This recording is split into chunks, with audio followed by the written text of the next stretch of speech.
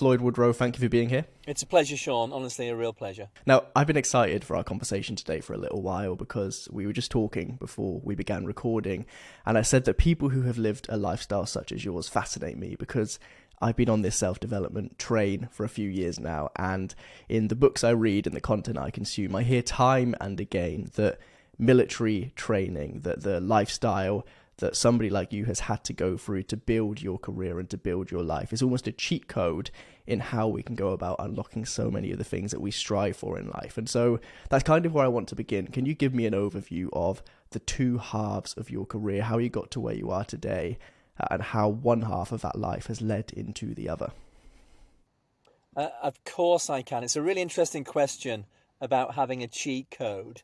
I think fundamentally, just to come to that one point, is that there are a number of stages to anybody's development, and you will see the crossovers as I go through this anyway, Sean, that we all need to have. But of course, living a life where you are put under pressure, you are constantly challenged and tested, you're learning new skills, it does help accelerate that.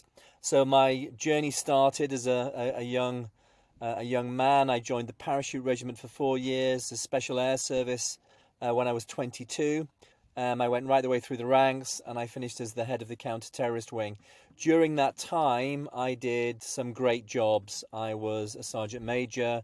I was in charge of operations. I was in charge of the counter-terrorist wing, and I did operations around the world. So I was very fortunate to have worked in most environments, which gave me a different look at different environments and different challenges. I studied law and psychology. I did lots of other skill sets. So I was constantly learning, constantly developing my skills, learning how to communicate, how to negotiate. I did the National Negotiators course. So all of these elements, alongside meeting some very talented people, some people who were mentors, coaches, and really gave me a great insight into performance. I also ran SAS selection for 2 years. So again, understanding how to train and develop people was always at the forefront of my mind. Fortuitously, I always knew I'd probably leave the military, so I prepared myself to make that transition. And I went into business in 2008. And I went into a number of different adventures, again, going into that classic understanding that being out of your comfort zone is probably the best way to learn, to gain experience. I wanted to see if I could transfer the leadership skills to business, and I went into a number of different organizations: foreign exchange, media, security, and some tech, some high-level tech equipment, as well as starting my coaching and development organization. And then again, I learned how to work with CEOs across every business sector, international sports teams, and in education alongside NHS, prisons and things of that nature. So again, I've had a really good career in understanding what that development means and how to develop as an individual, and the key competencies that I think anybody needs to have a fulfilled life. I think life's a journey. I think it is about experience and adventures. And then I think it's about you just developing constantly, just to keep pushing the bounds of your performance. And that's probably in a brief synopsis of my journey from military to business and to helping people in the field that we're both in. Something you touched on in your answer there is SAS selection, which over recent years, I'm sure I don't need to tell you, has kind of pierced its way into mainstream culture through television programs. And when somebody like me watches that on TV, I see the physicality of it. I understand that physically that is challenging, but I imagine something that I can never truly appreciate is the mental challenges of a selection process, and then indeed of being in a military operation. I imagine you have had to teach yourself all sorts of tools to overcome that mental resistance that we all feel in life through one degree or another. Do you have any tools that can help us overcome mental challenge? Yeah, fundamentally, you need both physical and mental resilience strategies. They need to be combined. I don't think you can have one without the other. I will just say straight off that the program that you see does not represent SAS selection, in my opinion, in any way, shape, or form, because I don't think it quite mirrors what I certainly went through. nor indeed what I wanted to have happen when we were running selection, as an example, just to get that out there straight away. What you need to be resilient is you need physical resilience first of all, because without it you'll be tired, you won't think correctly, and that's based on some key components. The first one is sleep, making sure that you're recharged, you have energy, and there's lots of research now that suggests it's between 7 and 9 hours, so let's say 8 on average, and which is about correct. And that's just to make sure the body, the mind are recharging, and that helps in all aspects of life.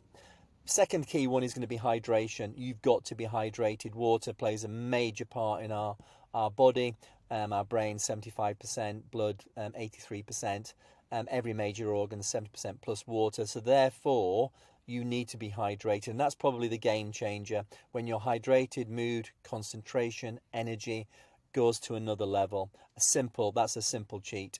The next one is movement.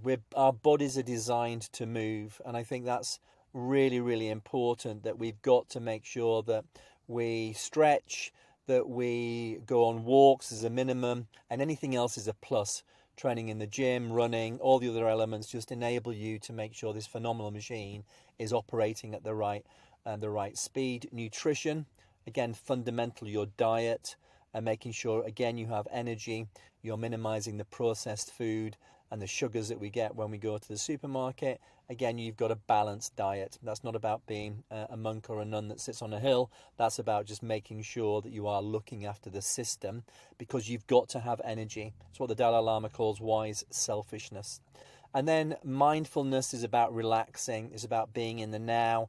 It's not about having a mind that's just clear. It's just about understanding where you are and having balance in life. It's essential that you have physical resilience in order to have mental resilience. Because as I said, without it, fatigue just makes us make the wrong decisions. When you are 1% dehydrated, your brain shrinks. So therefore, again, you're not going to make great decisions when you're completely exhausted during a day. Mental resilience is about understanding the brain is a phenomenal machine, and it's about asking it big questions, in which case you'll get big answers, as a friend of mine called Marcus Charles always says. It's a supercomputer. The key thing for me is strategies. One strategy won't give you everything, but by having layers of strategies is really important. The first one is self-talk. How you speak to yourself affects your state, affects your performance. It's really important that that's positive. I use power words: courage, resilience, determination, power phrases, opportunity to see how good you can be. And what I'm doing there is I'm just getting myself up to a higher level of performance because I'm talking in a confident way. Remembering why we're successful, positive anchors. Going back in time, remembering why I was successful and replaying those thoughts are really important. Those images, creating the environment, the people that were around you, having people to support you. So having friends that can say you're in a good spot, what I call a critical friend, just making sure they're giving you the reality check that you need as well. Very important. Visualization, imagining what you want to succeed. Creating a picture is probably one of the most powerful mental resilience strategies you can have. When you can visualize what you want, you can imagine yourself there, you get the feelings, you get the beliefs, you see the colors, the people. Very, very powerful. And that's used with people with PTSD to Olympic athletes. A good, powerful tool. Breathing, probably one of my go-tos. Being able to breathe efficiently, effectively, can calm the system down, can heighten your awareness, can help your sleep patterns. There are books written on breathing. I'd suggest it's a go-to thing to do. Again, to make sure you're using things that you can apply. Trusting yourself, decision-making. When you can use these systems and you can layer them, what it means you can do is at a moment's notice, because I know how to practice those things, it just means I play them over and over again. And then all of a sudden, I don't get into an anxiety state. I've already preempted it. I've started the process. I'm thinking about what I want to achieve. And the biggest one is I'm not scared to fail. I think this is probably the key thing that undermines most people. I don't mind making a mistake. I've gone past trying to prove that I'm the best person in the world. That went a long time ago. I don't have, for me, it's the happiness thief when you try and judge yourself. Having envy is probably one of the worst values you could possibly have. And I think when you can get into a point where you're just looking to be better than you were last week, the world changes, because anybody can be better than they were the last week. And I only need to be 1% better. And then all of a sudden, all of these skill sets enable you to really perform well. Given what we see on TV, which you say is, for want of a better word, disingenuous, does it surprise people when you go into an organization and they have this view of the man from the SAS and he's going to make us do all this crazy stuff, and then you say, actually, it's hydration, it's sleep, it's rest, it's mindfulness, it's these fundamentals that we know we ought to be doing that make all of the difference? Do people actually think that this is too simple? There must be a greater unlock somewhere that you're not telling us about? Yeah, they do. And I think it's one of those, again, phenomenal things. And you know, it's the simple things in life. It's basic things done exceptionally well. I was taught by a brilliant instructor who just said, look, Floyd, advanced training is basic things done really well. And that's all you need. The difference between the most talented people in the world is 1 or 2%. Usually determination, a desire to keep learning, practice. It's very rare I come across anybody that I just go, they're a genius, they didn't need anything and they don't need to do this stuff. That does not happen. Most of the successful people are simply just trying to be better than they were, as I said last week. They're trying to improve, they practice. Those are the great elements that transforms performance. Simple things. Now, something interesting about your story is that I believe, correct me if I'm wrong, you were one of the youngest ever members of the SAS when you entered. And so I'm making an assumption here, but you could well have felt imposter syndrome, right? You look around you, there are people who are older and so on. I've had some interesting chats recently with people like Paul Mort, who has a very interesting take on imposter syndrome and whether or not it did or didn't apply to you in that situation. I think we've all had situations where we feel like we're maybe a bit too young or a bit too small or a bit too underqualified or whatever it might be. What methods have you picked up to make sure that in the moment when it matters, you feel like you actually belong? I tell you what's really important. We'll always have it because there's always people that are just really good. And if you're in the right mind frame, you should surround yourself with people that are talented and probably better than you are, because that usually enables you to raise your game. I think the key thing is when I was in, there's no two ways. I was not in the top 10% or the top 20%. Or even the top 30%. They were stronger, fitter, more experienced than I was. But that was a given. But I think the key thing is what I've always been probably fortunate to do but I knew what I was good at. So whilst I couldn't beat a lot of them on lots of things, there were lots of things I was particularly good at. And therefore, all I had to do was concentrate on my super strengths. I think that's probably really important. I've always tended not to worry about my weaknesses in that respect. And what I look at is the one thing that I definitely need to do differently. So I work on one weakness at a time, but I don't get hung up by what I can't do. So I think that's probably one of my strengths. Plus, I practice. So when I'm not good at something, and I know that's going to help me be better, I practice really well. So I think in that respect, I just automatically assume there are people that are more talented than me. And so I'm not ever trying to beat them as such. What I'm trying to do is really just make sure I'm going to make myself to be as good as I possibly can be in a particular situation. And as I said, I'm very determined.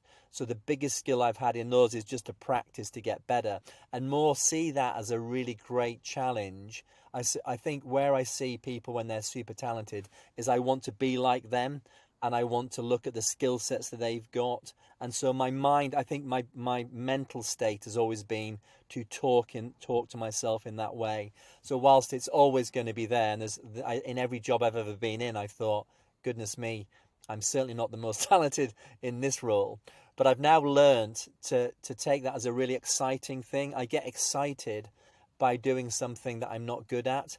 And I can give you an example of this. I was asked to do a conference the other day on a subject where I'm not an expert at all, but I do know experts in this particular area.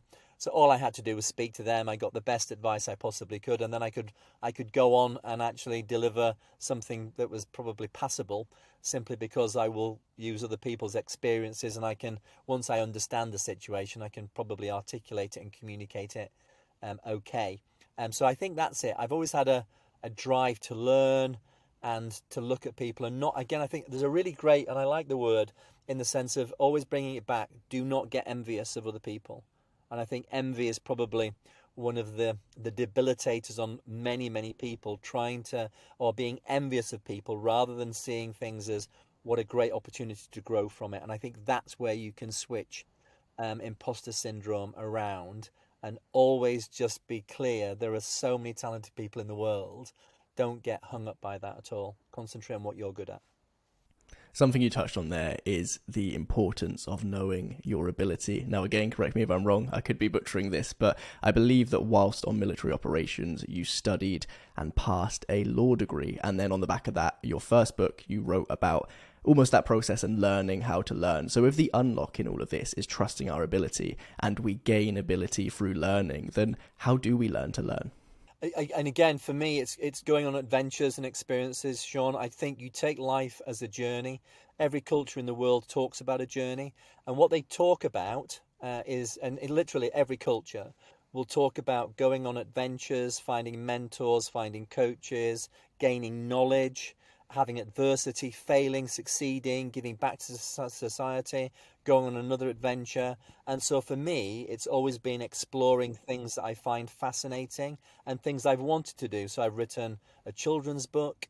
I've written some leadership books. I'm on another couple of books that I'm writing now. I'm learning the piano. I'm going back to some language. I just explore things that I particularly like and want to see how good I can be in those areas. But it's not about being going onto a stage or anything like that. It's just actually playing music because I enjoy that. How good I get will be dependent on the time I put into those subjects. And because I just want to explore these different things, I think that's where learning comes. Always be motivated, always be passionate about different things. But most importantly, go through life exploring things. Time is the most precious commodity you have. And far too often, people fall into settling for where they are and what they're doing, rather than just looking up and going, why would I not want to do something? And I think that's probably the biggest thing that I would suggest people should do is sit back, reflect on life, and think about, at the end of it, what do you want to turn around and say, do you know what, I'm really proud I've done this. I've left a great family. My legacy has been about growth. I've followed some dreams and aspirations, and it's been a fulfilled life. And I think if you can do that quite often, rather than get caught up into day-to-day, week-to-week things, you'll maximize your time on this earth. And I think then if you give back to society as a community or on global issues, you've probably had a pretty good life, rather than thinking, on those last few days, thinking, well, was that the best journey? Now, everything proactive that we've spoken about so far is somewhat, in a sense, secondary to fear, because as soon as fear comes into the equation, at least in my personal experience, all of that positivity, all of that potential goes out the window and we become crippled. We see it all around us, whether it's somebody not taking that job interview because they're scared of what it might mean, not ending that relationship because they're scared of what it might mean, not starting that business. You have been in situations which, fortunately, I will never have to be in, right? But in being in those situations, in having to perform, you have had to come face to face with fear and still stay composed and still take the action. So what can we learn from your experiences facing off fear to each live a less fearful and more proactive life? Right, it's a great way of looking at it, but I'd come back in because sometimes people say to me, look, Floyd, life and death scenarios are something I could never understand. Well, I'm going to disagree. And the reason I say that is because of how the mind works. I've been in business situations where one of the businesses that I run was potentially going to be taken over with a really aggressive takeover. We could have lost literally millions of pounds. People could have lost their jobs. It was a really traumatic moment in business. I would say that was as difficult a moment as anything I faced on a battlefield, because it was going to be life-changing. So imagine you've spent literally 10 years of your life working on a project. It's about to come to fruition, and then it's lost, and then you're going to have to go and start all over again. It's quite traumatic. And when you think about again, the number of people that struggle in business and unfortunately go and do commit suicide, I'd say you've got to be really aware that the troubles that the mind can deal with, you can't understand where that happens in some respects, because being on a battlefield or in an office or various different elements, how the mind plays those things is just as significant. And of course, there's some great science, neuroscience on this. When we feel anxiety and worry, that can be as close to coming to why we think we fear death or anything else. The same parts of the brain light up, so the emotions can be the same. The key thing is to come back and realize that anxiety, fear are just explaining to you and your mind, your reptilian part of the brain, when it comes alive, is this threat. And that could be threat to your ego on one scale, to a business, to, again, your life at the other scale. But how we perceive it is probably similar. The key skills come right back to play. What are you trying to do? Having a vision of what success will look like, I think, is fundamental. Why am I in this situation? What am I trying to do? And really focusing on a way through whatever the obstacles in the situation is. What do I want this to look like? Then it's about the appropriate skill sets. Then it's about teamwork. Then it's about really putting in place, again, the systems I just went through, that physical, mental resilience, the support from people, and having clarity about what you now want to do in this situation, because the situation still exists. The key element on this is usually talking it out openly, getting some support, getting some thoughts, and then getting a little bit of clarity on what this actually looks like. And I always come down to a simple methodology. What are the facts? So far too often, in a world where we get tons of data, tons of anxiety and worry from the media, far too often it's just not true. It's just the information you've been presented, or you've misinterpreted the information. Once you simplify things, generally it's never as bad or as good as you first thought. It's somewhere in the middle. And once you can then start to look at the facts, then I always look at it from a positive way of looking at this situation, a creative, dangers and risks, and then emotion. And then you've got to do something about it. I mean, it's no good waiting for this wave to roll over you. Then it's about what are the actions I can take, and breaking the steps down into small, manageable chunks usually enables you a way through this to navigate out of it.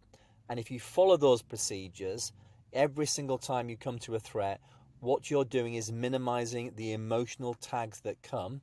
You're coming up with clarity of what I need to do, and then emotion can take you forward to make sure you're overcoming it. And I think you've just got to understand that finding your tools, your system, and practicing it will definitely help. Far too often, though, we don't fully understand how our minds, body, and our connection to the environment work.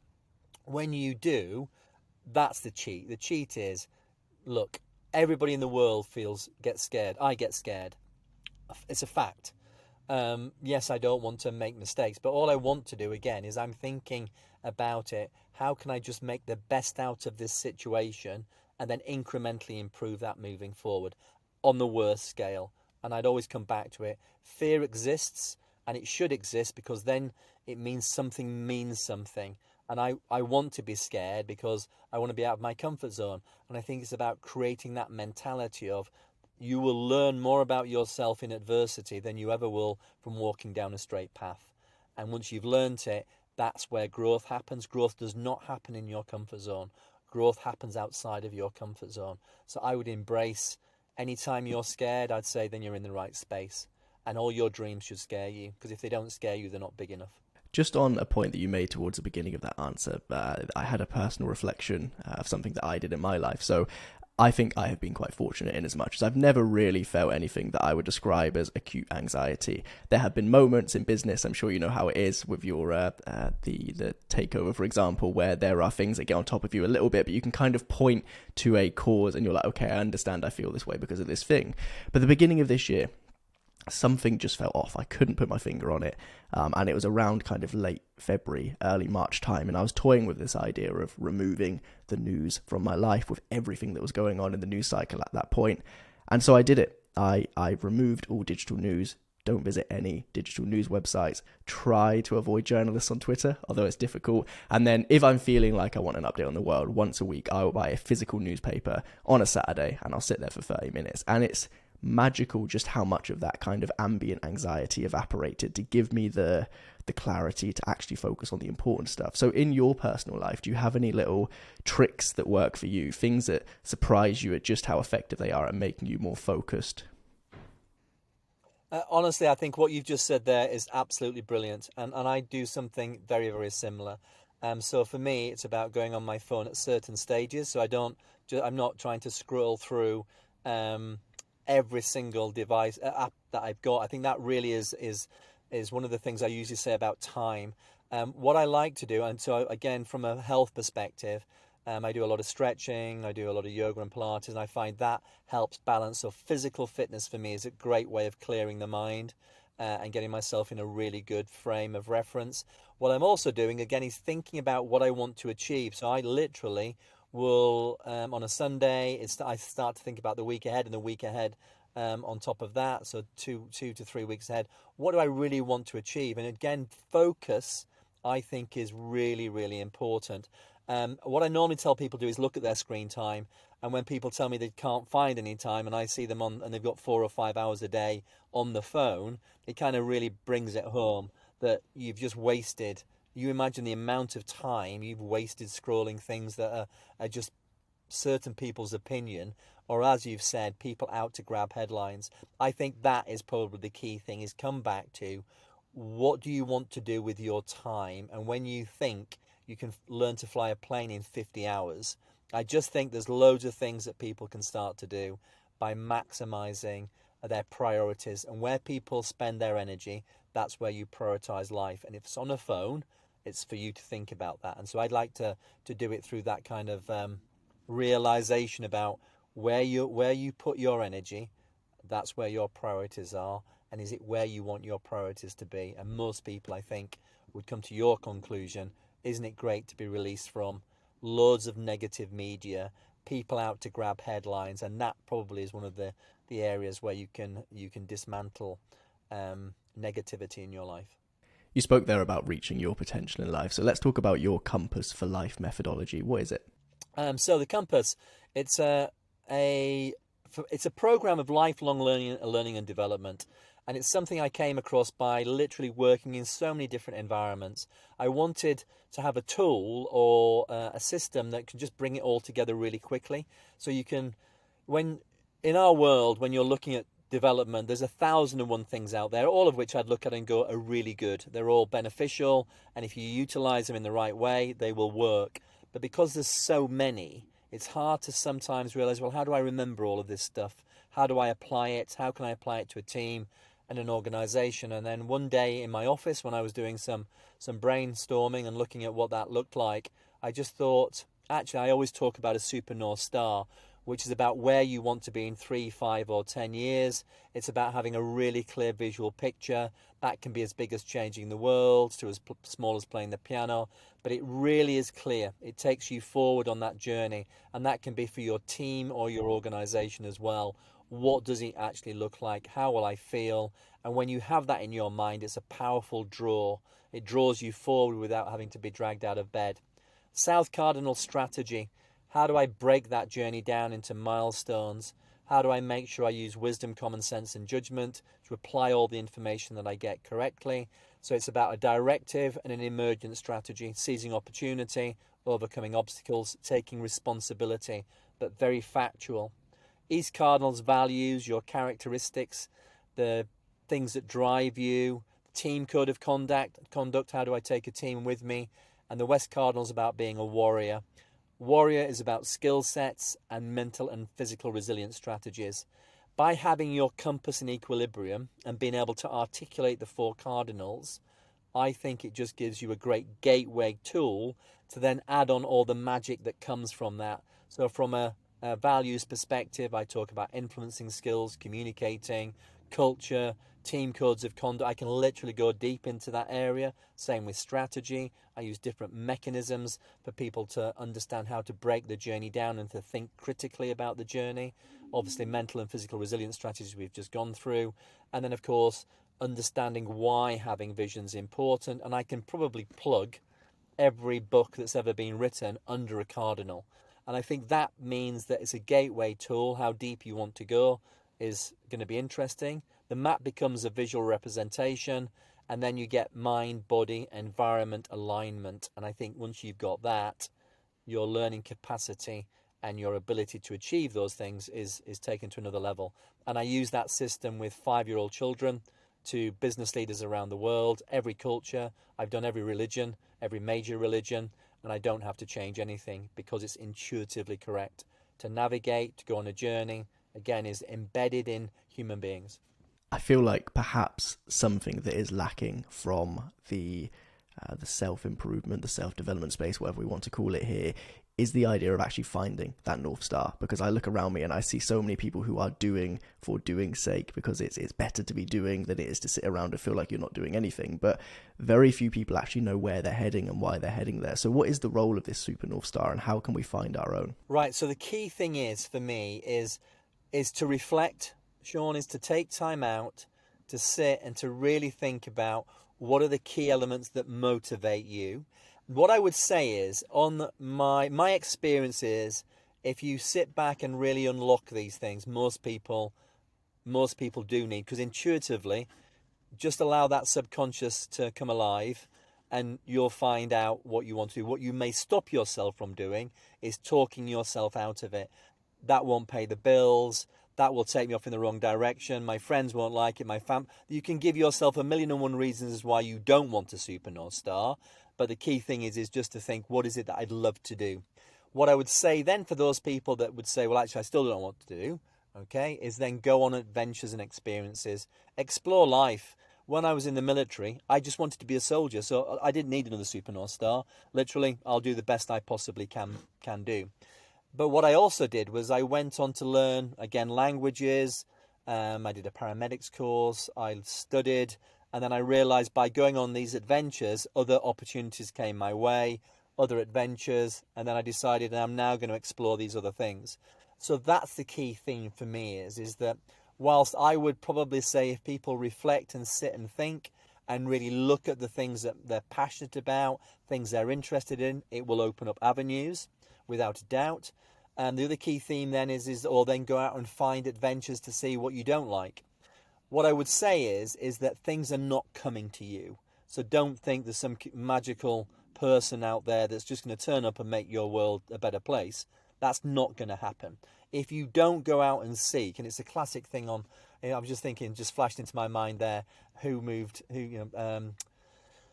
Moving Our Cheese, I think it was by, I can't remember the exact one, it was Who Moved My Cheese. It's about actually going on, stay in one space, that's all you'll see. Go on the adventure, go on the journey, loads of other opportunities, people, mentors would come alive. Who Moved My Cheese, I think was the book. But again, it's about that ability. If you stick here, nothing will happen.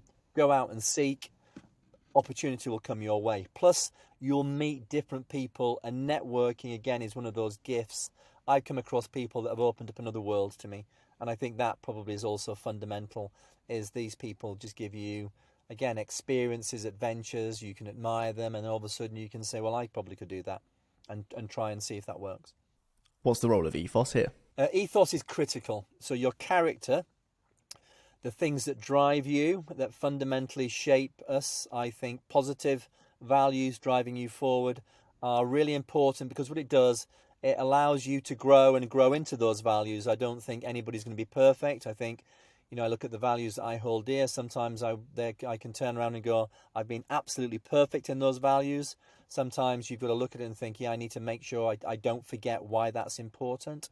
It's also to do with team code of conduct. You'll never get anywhere without a team.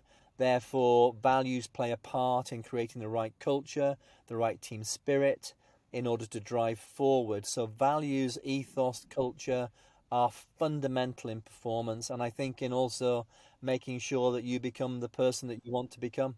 I think that is absolutely critical. And then we have the strategist and the warrior. Talk to me about the role of being a strategist in your own life. So being a strategist, for me, it's really, I've always got to work hard at strategy. Far too often I've been the warrior, which is just about going out and doing things and stepping into the arena and moving forward quickly, about action. And I still have to be aware of that. It's something I find, really is a great driver for me, is to do that. But I'd also say that thinking back and being the strategist has been also fundamental, absolutely fundamental, in making sure that what I'm trying to do is break the journey down, use facts, figures, detail, communicate that strategy really well, because that's got to be important. You've got to make sure that you take people with you. So communication's important, but it's just fundamental for success. And then finally, the warrior. This is the most interesting piece for me because at least anecdotally, I look around me and people love to strategize, right? They love to plan. They love to tell everybody what they're going to do. They love to make these 5-year plans and look forward and get that bit of dopamine by feeling like they're going to do something, but actually taking the step and going to do something and having the ability to trust yourself as you do that, to be the warrior. What is the warrior piece all about in your book, and how can we each find that within us to go and do? So this is about strength of character. And I think this is the most important part about being a warrior. It is not about being big and tough. It is about your strength of character to fight to get to each of the milestones that you set yourself. And this is the differentiator between anybody that wants to be successful. It is about action, not intent. I think that's probably, when I look at this, is that the most fundamental thing that I come across is when people just do not commit. And I see super talented people who I look at and they could change the world, but because they don't commit, that's the downside. That's the downside to this, is that they haven't committed. So what that just means is they'll just stay still. So the stepping off on the journey also for me starts to chain all the other elements of the compass, where everything comes together so you can drive things forward. It's interesting on this point of not committing, because I've spoken about this recently on the podcast, actually, that it seems to me like the reason why people don't commit to one path, why they don't begin to take action, is for as long as you're stood still, you have this illusion that a bunch of different doors are open to you, right? That you can go down any path. But the second you take action and begin going down a path, it looks, at least when you look back, as if the other doors are closed. But all of those open doors mean nothing if you're not going through one. How do you help individuals, teams, business leaders actually just begin and take that action? That seems like the toughest piece in all of this. It is. It's the first step. And so what I try to make the first 2 steps are massively achievable. Not only achievable, you will succeed. So the first steps is real clear actions that they're going to take, that they can take, because 2 things happen here, Sean, for me is I need to know you really want to do this. So therefore I need to see you do something. I need to see you step out, whether that's going for a 5-mile walk or whatever it may be. But I need to see some sort of action, so that once I've got that, what it allows me to do is think, right, now we can move forward. And when you get the dopamine hit, the endorphins, the serotonin, the oxytocin, the hormones are starting to fire, you will also know whether you want to do this journey. And that's the other key theme for me as well, is that sometimes I've been on journeys when I've realised halfway through, this is now not for me, which is great, because then I can come back round and you're right, another door will open. But the adventure I've gone on, and for me it's not the end result, it is the journey that's the key. Whether I succeed or not, well, time will tell. But I think the most important thing for me is that I've gone on the journey, and it's the things that I've learnt on the journey that makes me a better me.